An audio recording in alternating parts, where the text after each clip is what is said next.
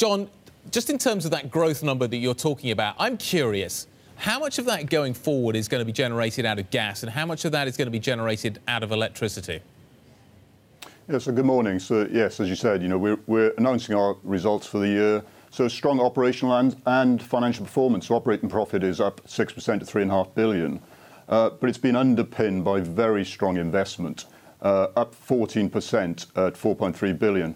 And that's a mix of strong growth in the UK and in the US, particularly in the US, where we're seeing growth above 7%. In terms of the mix, it's quite balanced, actually. In the US, we're seeing strong growth on the gas side, particularly for asset health reasons, in terms of replacing some of the old pipes that have been there for many, many years. On the UK side, it's stronger on the electricity side. Does the UK side, does that trend continue? Ofgem's getting pretty aggressive now, isn't it? And we're watching that with a great deal of interest.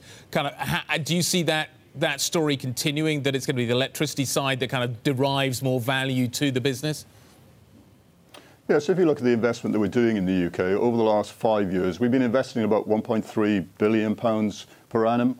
That's growing our asset base by about 4 to 5%. And we're expecting that to continue over the medium term. In terms of gas and electricity, our electricity network is bigger than our gas network, and therefore it does take more investment to ensure that it's reliable and is resilient. Talking of the United States, what do you see the operating environment looking like there at the moment? The US economy in many ways seems to be operating on a slightly different planet right now. It feels like a very different place in terms of the growth data that is being generated. Is that something that is kind of being reflected in your investment decisions? Yeah, absolutely. So what we've seen over the last few years is certainly an environment in which the need for investment in networks has been recognised by regulators and politicians. So as a result of that, we're seeing strong investment for reliability and resilience, as well as for safety reasons. But also in the US, with the changes that we're seeing in the energy sector, we're also seeing a driver for investment to support renewables that are connecting to the networks and to adapt and to modernise the networks as well. As a result of that, the growth that we're seeing is stepping up from 5% that we've seen over the last few years to over 7% over the medium term. Is there a kind of fiscal, is there a tax advantage to that story as well?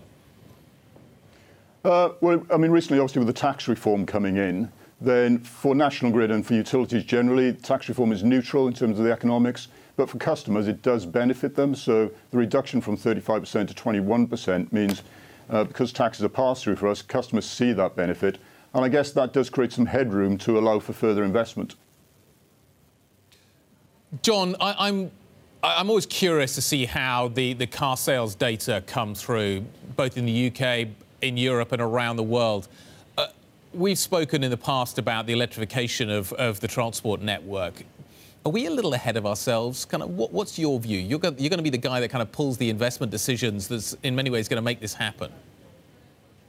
Yeah, we've been doing quite a lot of work in this area, actually. So, a lot of the car manufacturers are talking about parity in terms of the price of electric cars versus the internal combustion engine by early to mid-2020s. So we've been doing a lot of thinking about, well, what do we need to do to the network to support EVs if they really do roll out at pace? So we've actually been in discussions with the UK government about what it would take to actually create a charging superhighway across the UK so that people who have concerns that if they're going to go long distances, they can't charge their cars, we can relieve that concern. And we think there's a real opportunity to do that over the next few years. And if we do that, that potentially will encourage people to buy EVs going forward.